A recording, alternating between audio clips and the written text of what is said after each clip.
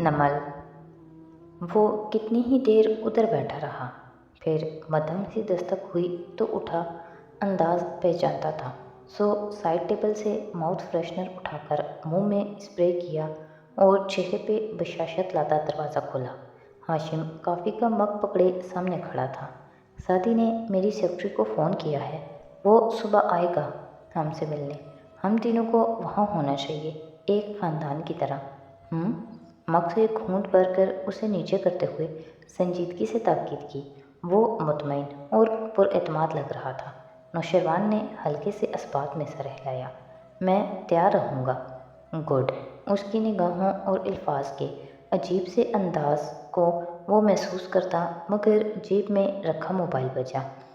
वो पैगाम चेक करता अपने कमरे तक आया, मग और फ़ोन स्टडी टेबल पे धरा और बालकनी के दरवाजे में खड़ी सोनी को पीछे से आकर बाजुओं में उठाया, उसका गाल चूमा और चेहरा अपनी तरफ किया।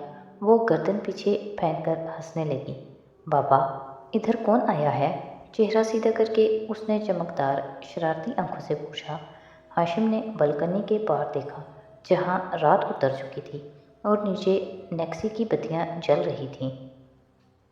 एक कार वापस जा रही थी, सादी की कार, और बरामदे में सफ़ेद कुर्ते में खड़ा फारिस कार को जाते देख रहा था। हाशिम मुस्कुराया। हमारी फैमिली में एक नाखुशगवार इजाफा। सुबह मुलाकात करेंगे उनसे भी।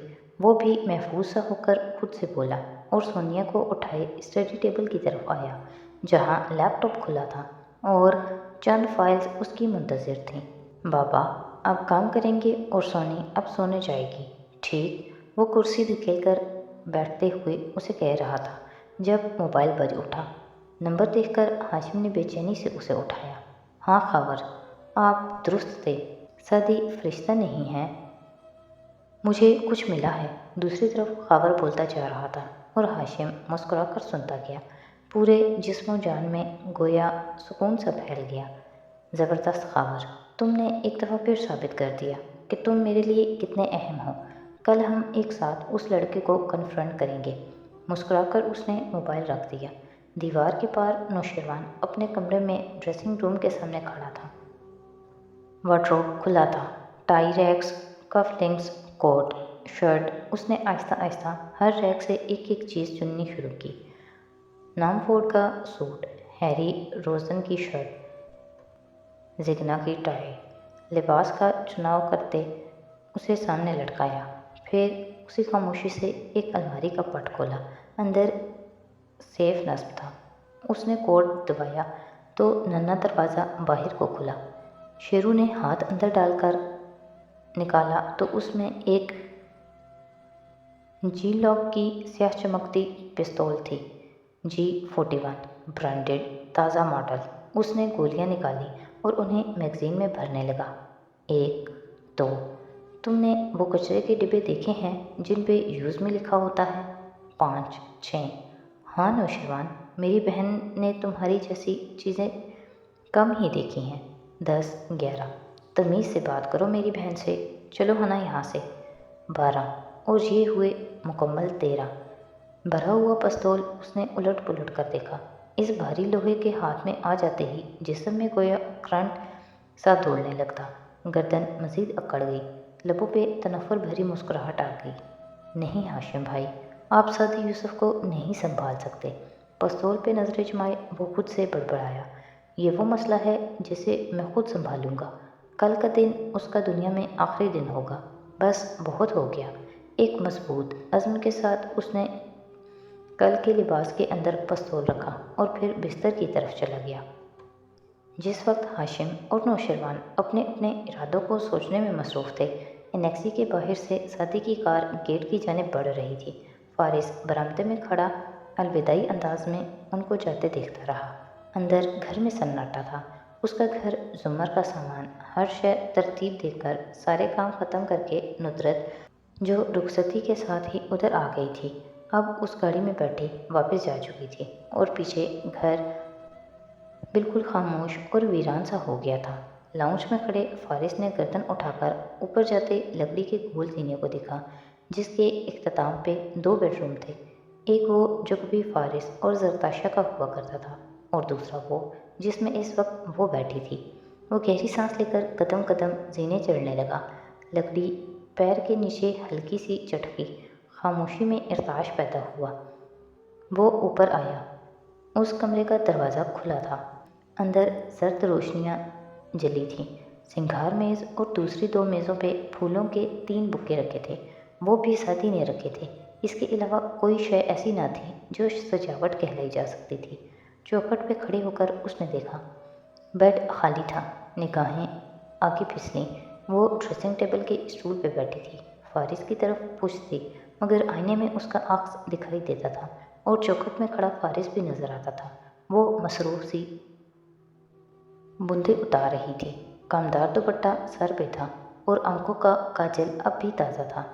سب جا چکے ہیں، وہ وہیں کھڑے کھڑے ہلکے مگر سپاٹ انداز میں بولا۔ آپ کا سامان میں نے ادھر رکھوا دیا تھا، کچن نیچے ہے اور اس میں تقریباً سب کچھ موجود ہے۔ آپ کی ڈریسنگ ٹیبل پہ اس گھر کی ڈپلیکیٹ چابیاں پڑی ہیں آپ کے لیے، سوائے وہ رکا نیچے بیسمنٹ کے، اس کے لاک کی چابی میرے پاس ہوگی۔ اس میں میری بیوی کی بہت سی چیزیں ہیں اور میں نہیں چاہتا کہ ان کو کسی بھی طرح کا کوئی نقصان پہنچے۔ باقی پورا گھر آپ کا ہے، جو چاہے کرے۔ وہ آئینے میں خود کو دیکھتے دوسرا بندہ اتار رہی تھی۔ جب وہ خاموش ہوا تو اس کی طرف دیکھے بغیر بولی، میں نے کچھ بھی نہیں پوچھا، آپ اپنے الفاظ ضائع نہ کریں۔ بندہ اتار کر چہرہ جھکائے اسے جیولری باکس میں رکھا۔ فارس چند لمحے لب بھینچے خاموش کھڑا رہا، پھر جانے کو مڑا اور جیسے نہ چاہتے ہوئے پوچھا، کیا آپ کو کوئی چیز چاہیے؟ زمر نے چہرہ سیدھا کیا اور ٹکا اتارنے لگی۔ صرف یہی کہ میرے سامنے کم سے کم آیا کریں، مجھے بہت کچھ یاد آنے لگتا ہے۔ فارس کی آنکھوں میں ناگواری ابھری جو اس نے بمشکل ضبط کی۔ ایسی بات مت کیجیے جیسے آپ مجھے جانتی ہیں۔ ٹکا اتارتے اس کے ہاتھ رکے۔ وہ اسٹول سے اٹھی، اس کی جانب گھومی، آنکھوں میں چبھن لیے اسے دیکھا۔ میں جتنا آپ کو جانتی ہوں اس سے زیادہ کی ضرورت بھی نہیں ہے، اور پھر بھی آپ نے مجھ سے شادی کر لی۔ آپ کو پتہ ہے میں نے آپ سے شادی کیوں کی ہے؟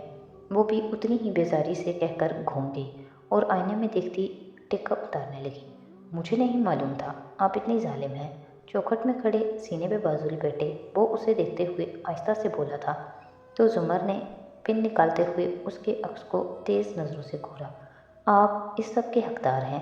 یہ مت سمجھیے کہ جیل سے نکلنے کے بعد آپ کی سزا ختم ہو گئی ہے۔ اچھا، اس نے ابرو اٹھا کر اسے دیکھا۔ ویسے کیا کریں گی آپ میرے ساتھ؟ مجھے بھی تو بتائیے۔ دیوار سے ٹیک لگائے وہ اس کو مسلسل دیکھ رہا تھا۔ میرا اور اپنا وقت ضائع مت کیجیے اور جائیے یہاں سے۔ اگر آپ کچھ دیر مزید یہاں ٹھہرے تو خدا کی قسم میں… دبے دبے غصے سے اس نے ایک نظر فارس پہ ڈالی اور دوسری پھلوں کی ٹوکری میں رکھی چھری پہ۔ کچھ کر بیٹھوں گی۔ فارس نے چونک کر اس کی نظروں کے تعاقب میں دیکھا اور پھر اس کے انداز میں کچھ ٹوٹا تھا، آنکھوں میں افسوس در آیا۔ گڈ نائٹ کہہ کر وہ ایک قدم پیچھے ہٹا، نظریں ابھی تک اس پہ تھیں۔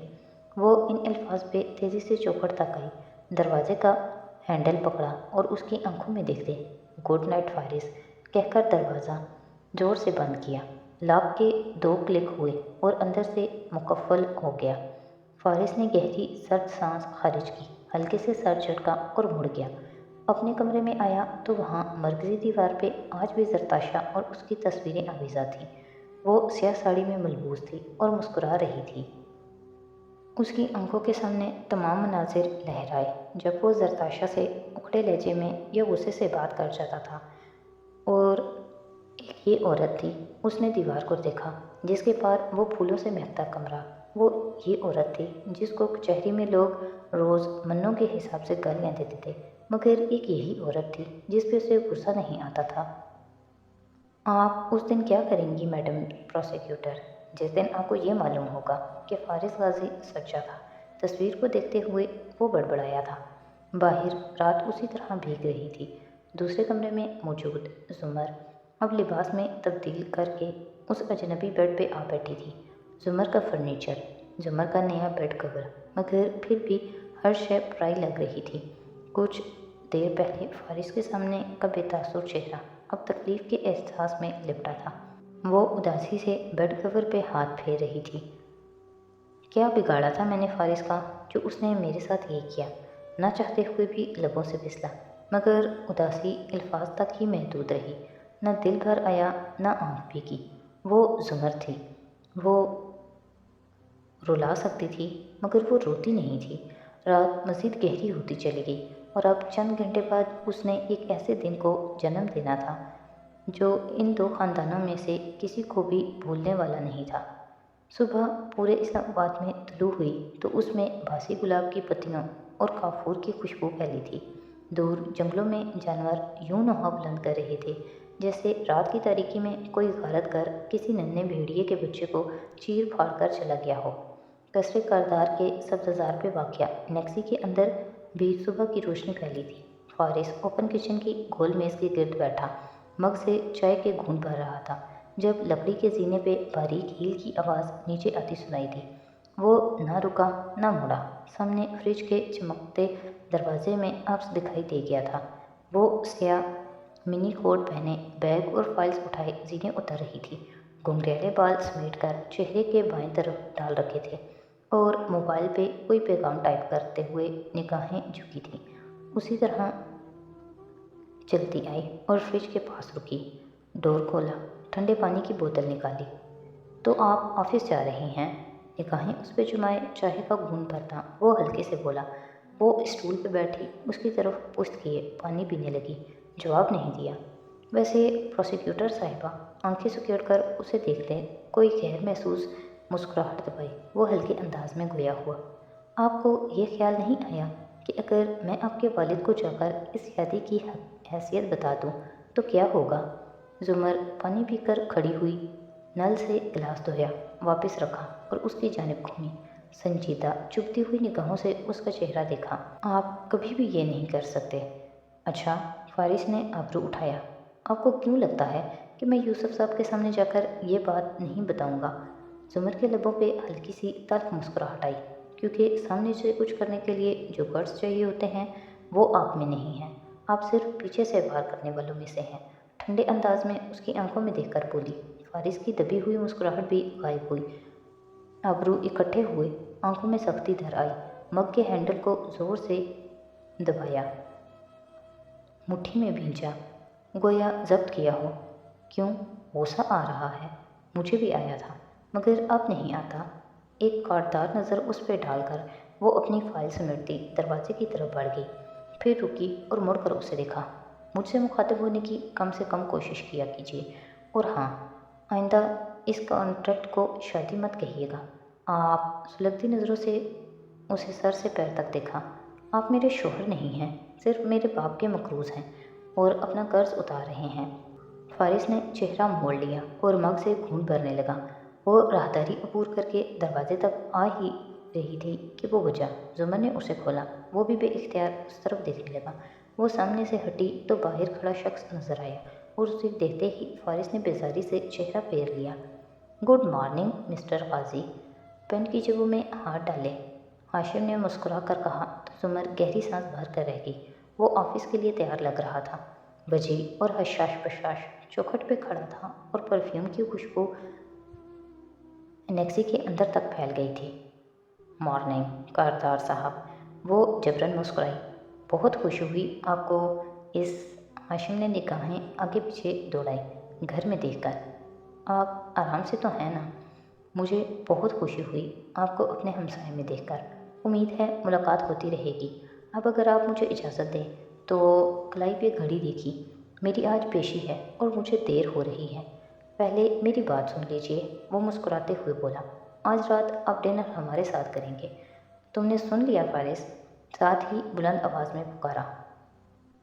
मेज़ में मौजूद फारिस ने उकताकर सर झटका। मैं मसरूफ़ हूँ, मगर हाशिम ने तवज्जो नहीं दी। मुझे मनफी जवाब की आदत नहीं है। हम डिनर पे आपका इंतज़ार करेंगे, ठीक 8 बजे। अपनी कलाई की घड़ी के डायल पे उंगली से दस्तक देकर दिखाया। जुम्मन ने गहरी सांस लेकर सर को खाम दिया। श्योर, हम आएंगे। वो उसी मुस्कुराहट के साथ पलट गया। उसके निकलने के चंद लम्हे बाद जुमर पीछे देखे बिना बाहर निकली। हाशिम कारदार की कार दूर जा रही थी। वो एनेक्सी के बरामदे के जीने उतरती सब्ज़ार पे आई। वहाँ फारिस और उसकी कारें खड़ी थी। अपनी कार का लॉक खोलते जुमर ने गर्दन उठाकर इधर उधर सरसरी सा देखा। सामने कसरे कारदार की अकबी बालकनी दिखाई देती थी। एक बालकनी हाशिम के कमरे की थी। उसे अंदाज़ा था। चाबी घुमाते हुए उसकी निगाह दूसरी बालकनी तक गई, जिसके शीशे के दरवाजे के पीछे कमरे में कोई खड़ा नजर आ रहा था। जुमर ने आंखें सुकेड़ कर देखा। वो तो नौशरवान था। उसके हाथ में सिगरेट था जो लबों से लगाए हुए था। उसने भी गालबन जुमर को देख लिया था। फौरन से सिगरेट वाला हाथ पीछे करता मुड़ गया। जुमर सर झटक कर कार में बैठ गई।